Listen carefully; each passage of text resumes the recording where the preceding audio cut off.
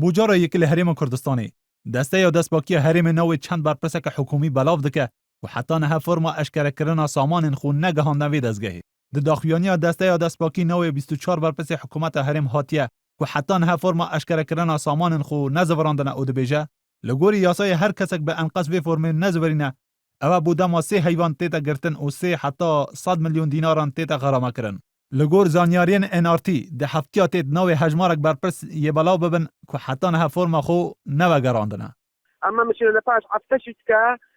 ناوەکان دەدەینە دادگای لە ڕێگای دادگا ئەفتە خۆشکە بالضبط دەدەینە دادگای ئەگەر نێتن ئەگەر پڕ بکاتەوە هیچ ئەگەر کردەوە ئەوە باش ئەگەر نا ئەفتەی دەڕۆژکە دەدەینە دادگای دادگا بڕیاری خۆی دەداتن غرامەکە دەستنیشان کرایە بە یاسا و دەبێت فۆرمەکەش ئازە پڕش بکاتەوە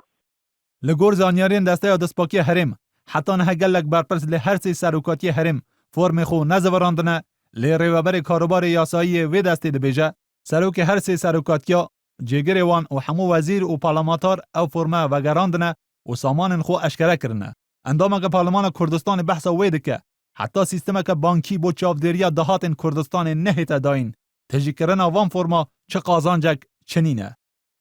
بقناعتي من وكو برلمانتاريكي كردستان نو دستيا نهيج دا مزراويكي تر تايبت با دستباكي لهريمي كردستان ناتوانن كاري خوان بكن لناو ام جوره لسيستمي حكمراني لهريمي كردستان تو ناتواني سروت و ساماني برپرساني ولاد بپرکردنەوەی فۆرمێک دیاری ناکرێ لەبەرەوەی لێرە سیستەمی بانقی نییە کەس نازانێت تۆ چەند پارەت هەیە ئێمە پارەی بەرپرسانی ئەم وڵاتە هەمووی لە ماڵەوەی لەگۆری مادە 6 یاسای ژمارە 7 یا دەستە یا دەستپاکی هەرێمە کوردستانی همو او کسین که پستین حکومی هنه گره سامان خو اشکره بکن لی پاش در بازبونه هیوه که بسر وی پرسی هیچ تا هندک لبرپسا سامان خو خویان نکرنه